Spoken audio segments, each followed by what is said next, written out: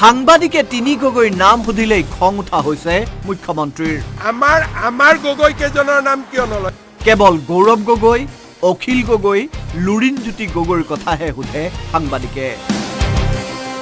তিনি গগৈৰ কথা সোধাৰ বাবে এইবাৰ সাংবাদিকক উভতি ধৰিলে মুখ্যমন্ত্ৰীয়ে। আমাৰ দলত থকা গগৈৰ কথা নুসুধে কিয়? আমাৰ গগৈ কেইজনৰ নাম কিয় নলয়? তৰংগ গগৈ, চক্ৰ গগৈ। তৰংগ গগৈ, চক্ৰ গগৈ, তপন কুমাৰ গগৈৰ কথা সাংবাদিকে নুসুধে কিয়? আমাৰ গগৈ কেইজনৰ ভেলু নাই নেকি? আমাৰ গগৈ কেইজনৰ ভেলু নাই।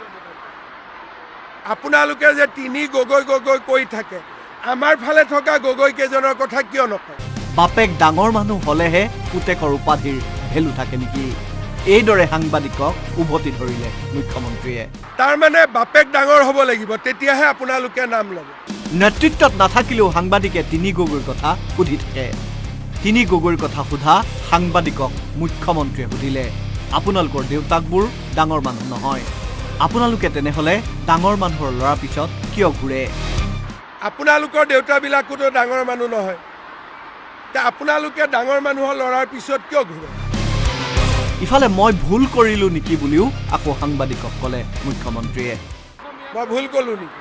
উজনি অসমত মিয়াৰ চৰ্দাৰগিৰি কৰা ইউনিছ তামুলীকো মুখ্যমন্ত্ৰীয়ে দিলে হুংকাৰ। ক'ৰ এইবিলাক ফাল্টু মানুহ? এই ইউনিছ তামুলী পামুলী মই মোৰ আগত আহি এটা লেকচাৰ মাৰকচোন। এইবিলাক ক'ৰ এইবিলাক ফাল্টু মানুহ হয়? ইলেকশ্যনৰ পাছত মিয়াৰ চৰ্দাৰগিৰি কৰা লোকৰ পাৰ্মানেণ্ট এড্ৰেছ হ'ব জেল। চৰকাৰ আহিব দিয়ক, জেলৰ পৰা ৰাস্তাতে নোলাব, পাৰ্মানেণ্ট এড্ৰেছ জেলত হৈ যাব। সাংবাদিকৰ গাত অসমীয়াৰ তেজ নাই নেকি? মিয়াৰ চৰ্দাৰগিৰি কৰা লোকক সাংবাদিকে উভতি ধৰিবলৈ এইদৰে নাৰায়ণপুৰত পৰামৰ্শ দি গ'ল মুখ্যমন্ত্ৰীয়ে। সাংবাদিকক মাতি আনি যে ইমান ডাঙৰ ডাঙৰ কথা কয়, সাংবাদিক কেইজনৰ গাত অসমীয়া তেজ নাই নেকি? আপোনালোকে কিয় নকয় বেটা? এইবিলাক কথা নকবি দেই। নাৰায়ণপুৰৰ পৰা চন্দন শইকীয়াৰ ৰিপৰ্ট, আছাম টক্স।